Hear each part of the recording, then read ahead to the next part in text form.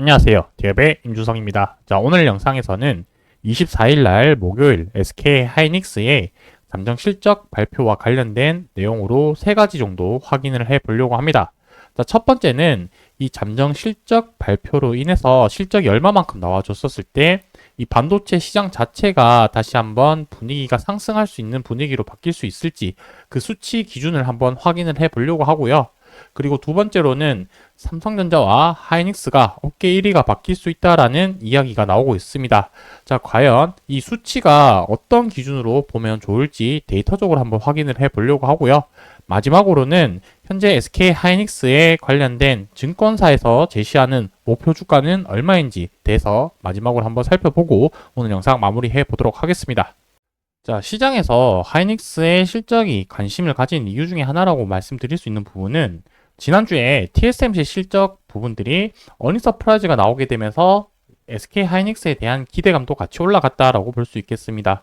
어차피 하이닉스에서 만든 HBM이 TSMC가 패키징을 해서 엔비디아 쪽으로 납품을 하는 부분이기 때문에 하이닉스 또한 실적이 잘 나올 거다라는 기대감이 반영이 되면서 시장에서 아무래도 관심을 가지고 있는 상황이다 이렇게 볼 수 있을 텐데, 자, 지금부터 중요한 거는 예상 컨센서스가 이 금액보다 얼마만큼 상회하는 실적이 나온지가 좀 중요한 포인트라고 생각이 드는데요.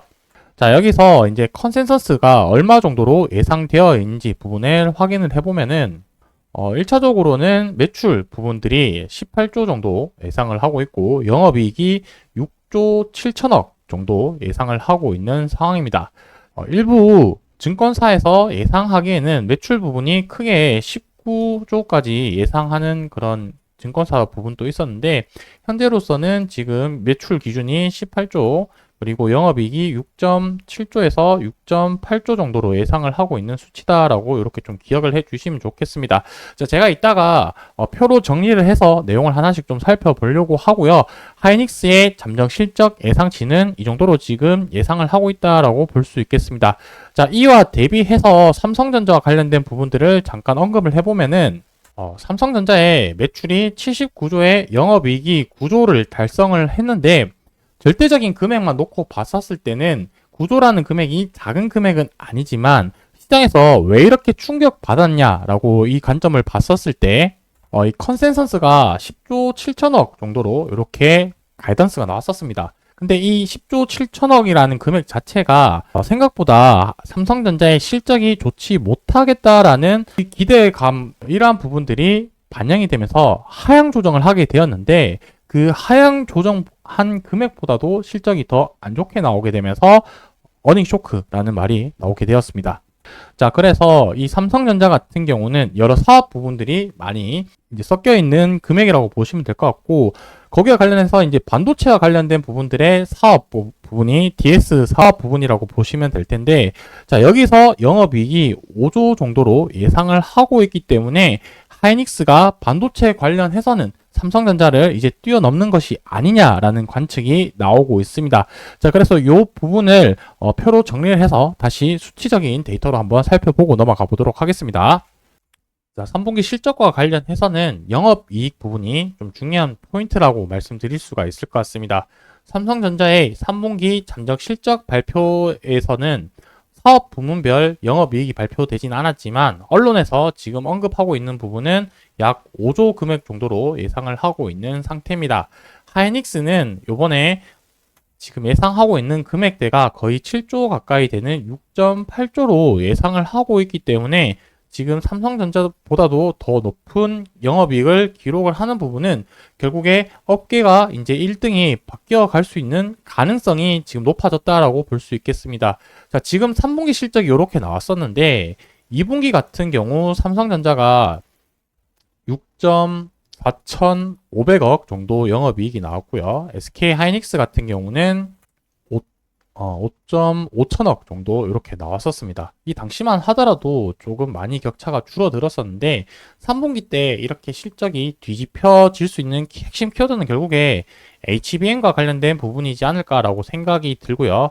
특히 지금 블랙웰에 들어가는 HBM3 5세대 제품이 삼성전자는 아직까지 퀄 테스트를 통과 못하고 있고, 하이닉스 같은 경우는 8단에 이어서 12단까지 양산을 진행을 함으로써 이런 부분들이 실적이 반영이 되면서 지금 영업이익에 대한 이런 순위가 바뀌어가고 있는 과정이지 않을까라고 생각을 하고 있습니다.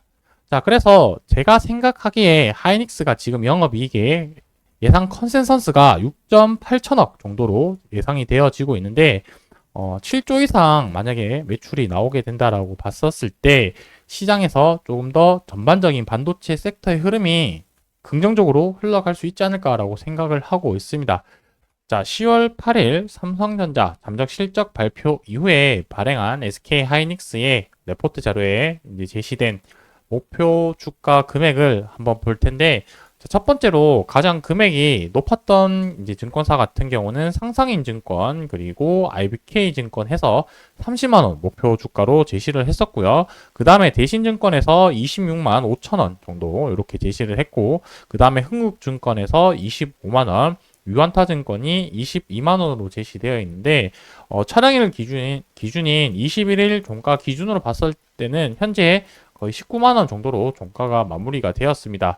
자, 지금 제시한 5개 증권사 모두 현재 종가 가격보다도 더 높은 수준의 목표가를 제시를 했다라는 것은 앞으로의 시장 상황이나 전방 산업에 대한 부분들이 긍정적으로 좀 보고 있다라고 이렇게 말씀드릴 수가 있을 것 같습니다.